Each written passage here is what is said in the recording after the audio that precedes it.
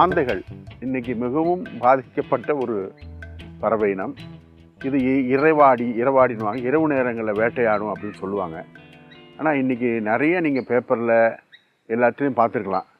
Australia ஆந்தை, இந்த ரெக்கையை விரித்து வச்சுக்கிட்டு இது வந்து ஆஸ்திரேலியாவில் வந்தது. ஏன்னா நம்மள்ட்ட ஒரு பழக்கம்னா வெள்ளையாக இருக்கிறதெல்லாம் வெளியூர்லேருந்து வர்றது அப்படின்னு சில செய்தி நம்ம மனசுக்குள்ளே இருக்குது. இந்த ஆந்தை பேர் பான் அவுல். தமிழ் அழகான ஒரு பேர் என்னென்னா களஞ்சி ஆந்தை.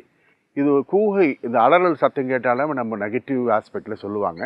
ஆனால் அது உண்மை இல்லை. இன்றைக்கி இந்த களஞ்சி ஆந்தையோட எண்ணிக்கை மிகவும் மிகவும் கம்மியாயிடுச்சு. என்ன காரணம்னா, அது முட்டையிட்டு குஞ்சு இனவருத்திக்கூடிய இந்த மரங்கள் எல்லாத்தையும் நம்ம கொஞ்சம் கொஞ்சமாக அழிச்சிக்கிட்டே வரோம்.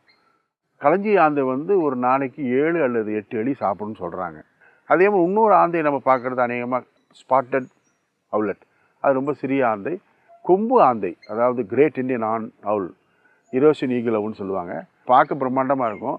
ஆனால் மிகவும் ரொம்ப பவர்ஃபுல்லான ஆந்தை. டிஎன்ஏ பெருமாள்னு நம்மளுடைய பழைய புகைப்பட கலைஞர் அவர் சொல்லுவார், அந்த ஆந்தையை பார்க்க போனால் ஹெல்மெட் பாட்டிட்டு தான் போகிறான். மாலை நேரங்களில் அதோடைய சத்தத்தை கேட்கும்போது ரொம்ப பிரமிப்பாக இருக்கும். அது நடந்து வரும்போது பார்த்திங்கன்னா எப்படி காட்டில் ஒரு வேங்கை நடந்து வருமோ அதே மாதிரி வரும். அதுக்கு தன்னுடைய குஞ்சுங்களுக்கு இந்த பாம்புங்களை உணவாக கொடுக்கும்போதெல்லாம் பார்க்க பிரமிப்பாக இருக்கும். அதனால் எல்லா ஆந்தைகளும் மிகவும் முக்கியம் நம்மளுடைய உணவு சங்கிலியில்.